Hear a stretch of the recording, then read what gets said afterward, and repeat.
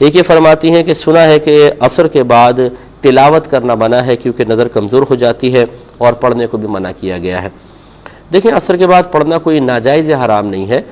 بعض نے یہ کہا کہ ذہن کمزور ہوتا ہے، لیکن اگر کوئی پڑھیں تو کوئی حرج نہیں ہے، اور قرآن پاک کی تلاوت بھی عصر کے بعد کر سکتے ہیں۔ نظر کی کمزوری کی کوئی روایت ایسی نہیں گزری ہے نگاہوں سے، لیکن اکثر جو ہمارے علماء وہ یہ کہتے ہیں کہ عصر سے مغرب تعلیم و تعلم کا سلسلہ نہ رکھا جائے۔ تلاوت قرآن ایک الگ چیز ہے، تعلیم و تعلم کو منع فرمایا گیا ہے، کتابیں پڑھنے کو منع کیا گیا ہے کہ نہ پڑھیں، بہتر ہے کہ مغرب کے بعد پڑھے جائیں، لیکن اگر کوئی پڑھ لے تو اس کو کسی نے گناہ قرار نہیں دیا ہے۔ ہاں سونے کے بارے میں ہے کہ نبی کریم صلی اللہ علیہ وسلم نے ارشاد فرمایا جو عصر کی نماز کے بعد سو جائے اور اس کی عقل زائل ہو جائے تو وہ کسی کو ملامت نہ کرے بلکہ اپنے آپ کو ملامت کرے، یعنی عصر کے بعد سونے سے ذہن کمزور ہوتا ہے، یہ ہمارے نبی کریم صلی اللہ علیہ وسلم نے ارشاد فرمایا، لہٰذا اس میں تھوڑا سا خیال رکھا جائے۔ ای میل ایڈریس چل رہا ہوگا، جو بھائی بہن ہمیں میل کرنا چاہیں میل کر سکتے ہیں، یہاں پہ میل کر دیں، اگر یہاں سے جواب آپ کو نہیں مل رہا تو مفتی اکمل QTV2 والا جو میرا ای میل ایڈریس ہے پرسنل، اس پہ آپ بھیج سکتے ہیں۔ بعض اوقات ایسا ہوتا ہے کہ میں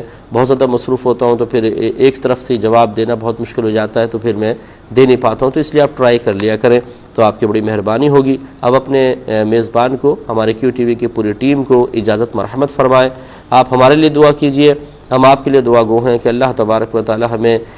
اس جہالت سے دور ہونے کی توفیق عطا فرمائے جو ہمیں بے شمار دقیانوسی پن میں مبتلا کر کے اضطراب اور پریشانی میں مبتلا رکھتی ہیں۔ آمین۔ وآخر دعوانا ان الحمد للہ رب العالمین۔